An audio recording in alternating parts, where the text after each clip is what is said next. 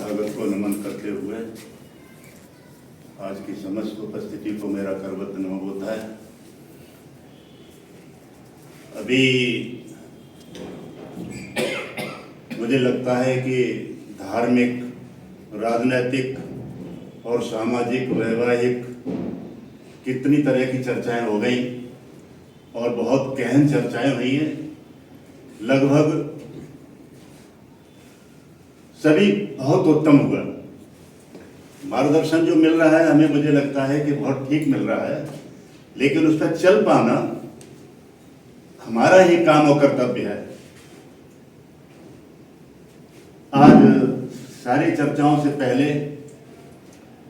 मैं अपने दिल्ली प्रदेश अध्यक्ष जी के लिए थोड़ा सा कहना चाहेंगे कि उन्हें पौत्र रत्न की प्राप्ति हुई है, जिसकी हम लोग संभवतः शायद, मेरा अंदाज है कि वो मिठाई खा चुके हैं। उन्हें पौत्र रत्न की प्राप्ति होने के बाद मेरी शुभकामनाओं के साथ उन्हें बधाइयाँ। और आज के मुद्दे जो हैं, एक बड़े दो ज्वलंत मुद्दों पर चर्चा जो बहुत सीमित हुई है, मुझे लगता है, जिसपे मेन मुद्दे हैं हमारे। उन मुद्दों पे जो चर्चा होनी चाहिए, मुझे नहीं लगा कि वो दिन हुई है। सबसे पहला हमारा ज्वलंत मुद्दा यह है कि यहाँ बौद्ध विहार बोधगया में जो ब्राह्मणों ने कब्जा कर रखा है और वहाँ शायद 17-18 दिन से बौद्ध भिक्षु आमरण अनशन पे बैठे हुए हैं। उनकी हालात भी नाजुक होती जा रही है और वहाँ पर अभी कोई, ना तो सरकार की तरफ से कोई पहल की गई है, ना पुलिस कर्मियों की तरफ से कोई पहल की गई है।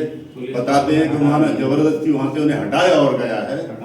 उनके साथ वहाँ बहुत ही दुर्व्यवहार हो रहा है।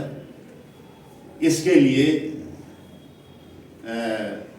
हमने अपने ग्रुप पे थोड़ा देखा था, तो उसमें धरना प्रदर्शन की बात कर रहे हैं कि 9 तारीख को, पहले 2 तारीख की बात थी कि 2 तारीख को हम धरना प्रदर्शन के लिए दिल्ली में बैठ रहे हैं, उसके लिए मीटिंग बुला रहे हैं। और उसमें हो सकता है कि अच्छा संगठन, अच्छी ताकत, अच्छी तादाद के साथ अगर वहाँ पहुँच जाते हैं तो संभवतः गवर्नमेंट की नज़र कुछ जाए उधर।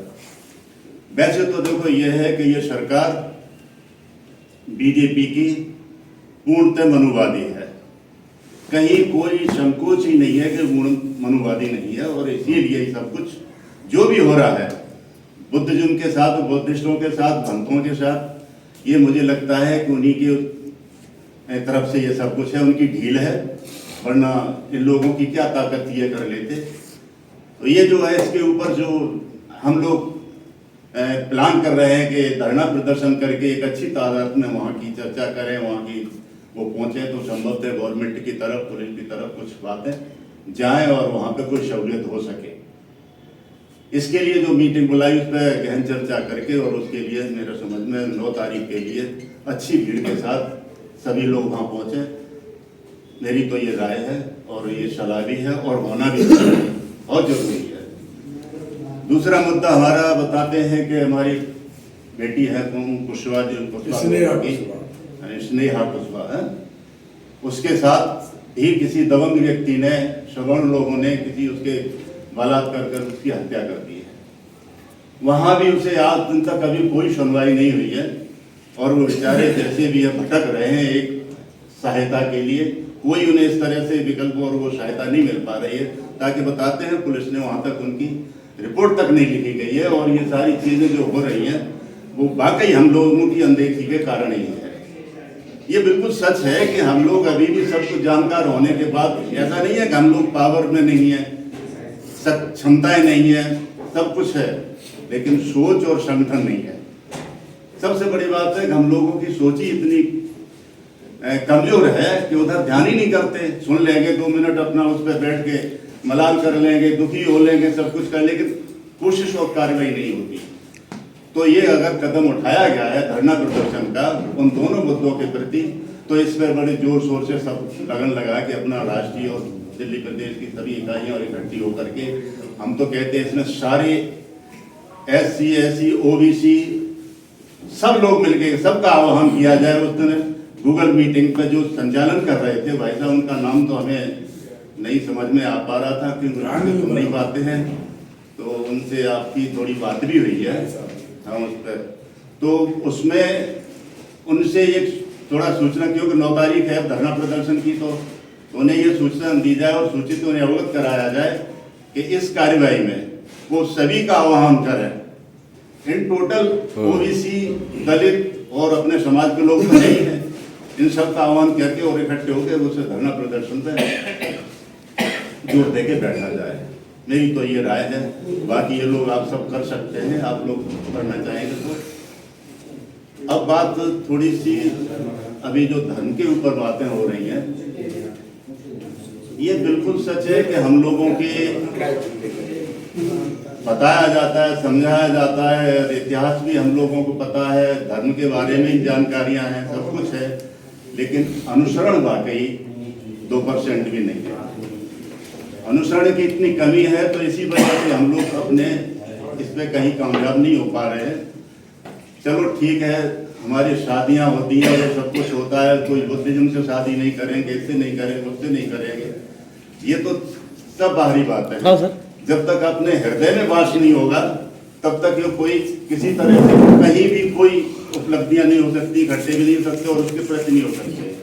अगर ये जिले, जैसे भाई साहब ने अभी दिनेश जी ने कहा कि किसी को गाली देने से और उससे कोई फायदा नहीं, बिल्कुल सच बात है। आप अपना मार्गदर्शन कर सकते हैं, लेकिन किसी को बुरा बताने से बहुत अच्छी बात नहीं होती है। हम इस बात से हम भी सहमत हैं, लेकिन चीज एक ये है कि अब रामायण को ले लीजिए, राम को ले लीजिए, उसमें तो 80% झूठ भरा है रामायण में। अगर उस पर गौर करके जाओ तो बताइए कहाँ पर जो चीजें कभी संभव नहीं है वो उसमें वही है, लेकिन हम अंधे होकर को मानते हैं, चले आ रहे हैं। अब चीज ये है कि आप ये सीख जैनियों से ले लीजिए। जैनी न तो राम की बुराई करता है, खूब रामलीला करते हैं, सब कुछ करते हैं, लेकिन मंदिर अपने ही जाते हैं।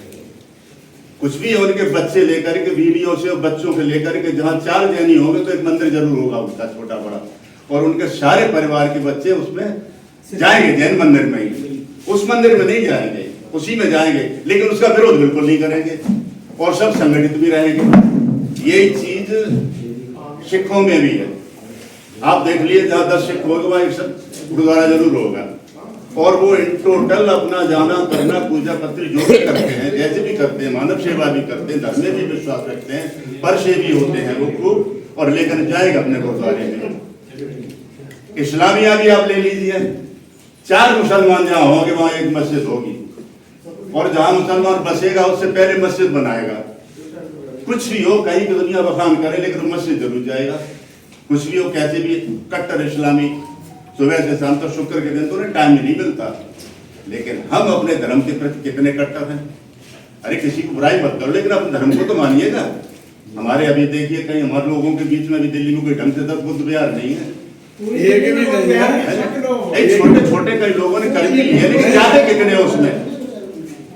अभी हमारे यहाँ एक बुद्ध विहार सोनिया विहार में इसमें बना हुआ है, वो भी जाटों ने बनाया, हम लोगों ने नहीं।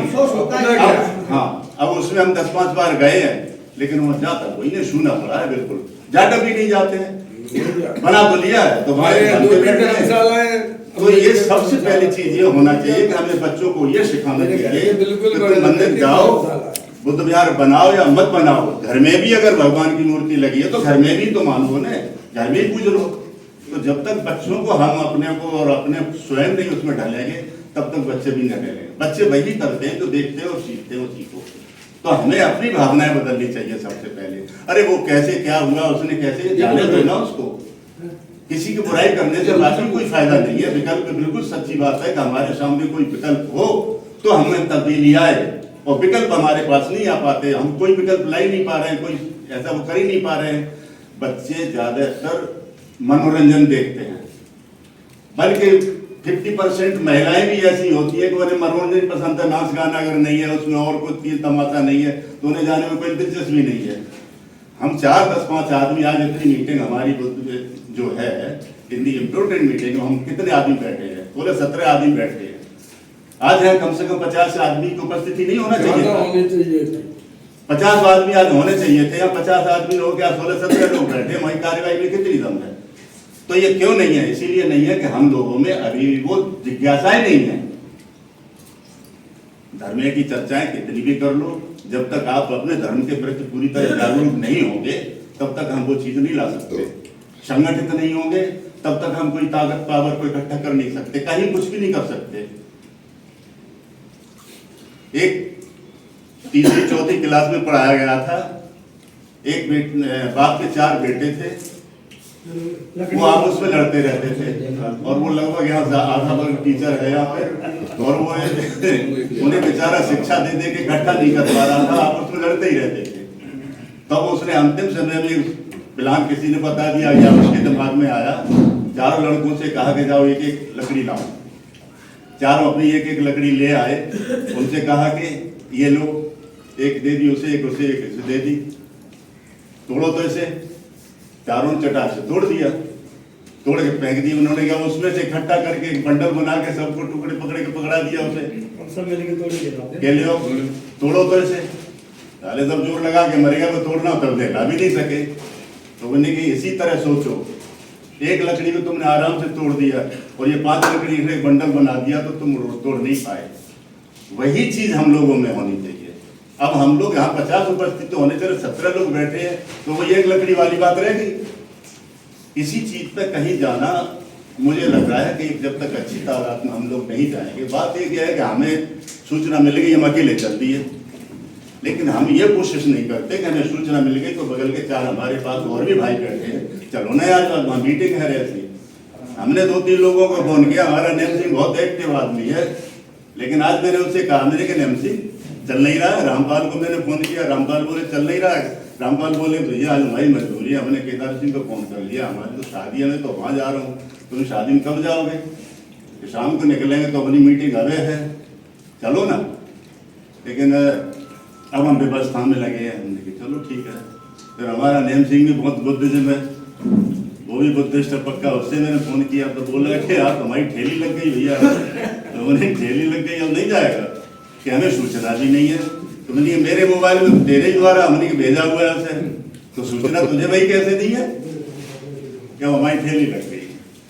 तो तुम बुद्धिस्ट बनता हो, अब इसके लिए ठेली लग गई। चलो, तो ये चीजें हैं कि आप भी प्रयास करें तो 2-4 आदमी इकट्ठे लेके अगर भीड़ हो जाती है तो विचार मिलते इकट्ठे हो तो संगठन पावर और ताकत आती है, तब हम कुछ कर सकते हैं। ये धार्मिक चर्चाएं और ये चीजों में तो देखो हमारा समय व्यस्त करना, बर्बाद करना है। मेरा मानना तो ये है कि इन चीजों पर चर्चा है। आप पूरा महाभारत ले दीजिए, सारा महाभारत झूठ से ही भरा पड़ा है। सत्यवती मछली से पैदा और पाराशर ऋषि ने उसके साथ बलात्कार किया और उसे आशीर्वाद भी दे दिया, वरदान भी दे दिया। वेद व्यास पैदा हुए थे, उसी बलात्कार से वेद व्यास पैदा हुए, तो उन्हें वरदान क्या दे दिया? तुम्हारा पारक भी भंग नहीं होगा। और जो मछली की बदबू आती थी शरीर से, वो भी बदबू में सुगंध में बदल जाएगी। मछली तो अंडे देती है, मछली तो अंडे देती है। अरे भाई तो मैं कह रहा कि जब दे दिए मछली अंडे तो कैसे हो गई? और उसके बाद ज्यादा विचित्र बात ये है कि एक बच्चे को जन्म भी दे दिया और पारक भंग नहीं होगा उनका। बस ये खुद से वरदान में क्या करते कि सारा बच्चा पैदा हो जाए, पारक तो भंग नहीं हो, उनका पारक भी भंग नहीं हुआ। और ये विशिष्ट बात ये थी 18 अक्षौणी सेना, एक अक्षौणी में 21,870 रथ होते हैं, 21,870 हाथी होते हैं, 65,610 ये घोड़े थे और 1,05,910 पदाति थे। इनको अगर जोड़ते हैं एक अक्षौणी में लगभग 2.5 लाख होते हैं जब एक एक व्यक्ति बैठा है। और 18 दूनी 36 9 45 लाख हो गई सेना। 45 लाख सेना को कुरुक्षेत्र में खड़ी करने की जगह नहीं। तो एक बात झेला जाएगा, लेकिन आदमी झेल रहे हैं, उस पर कोई चर्चा कोई तर्क नहीं। और जो तर्क कर रहे हैं उन्हें आदमी कम बुद्धि बता देता है, बेकारी बात कर रहे हैं। जब मैंने ये चीज बताई, शास्त्रों में विश्वास नहीं करते। मैंने ये चीज बताई, 3-4 ब्राह्मण बैठे थे एकदम। गांधारी के 100 पुत्र है गए, जो रोज एक पुत्र करे तो भी तो संसार एक कैसे करेगी? 100 पुत्र बहन तो 100 पुत्र का एक दिन ही पैदा हो जाते हैं। एक बच्चा 9 महीने में पैदा होता है, फिर उसे पालने के बाद एकदम तो दूसरा नहीं तैयार हो जाएगा। वो 100 पुत्र ही उन्हें के हो गए, कैसे हुए कैसे नहीं भगवान। और उसके आदमी मजे की बात यह है कि अभी भी उसे खुलकर विश्वास करके उसमें विश्वास रखते हैं। राजा हमारे सगर के बाबा 10,000 दादा पुत्र थे। उनके पैर छुए। ऐसा है, धर्म में तर्क जो है वो तात्पर्य हाँ, और और इसी तर्क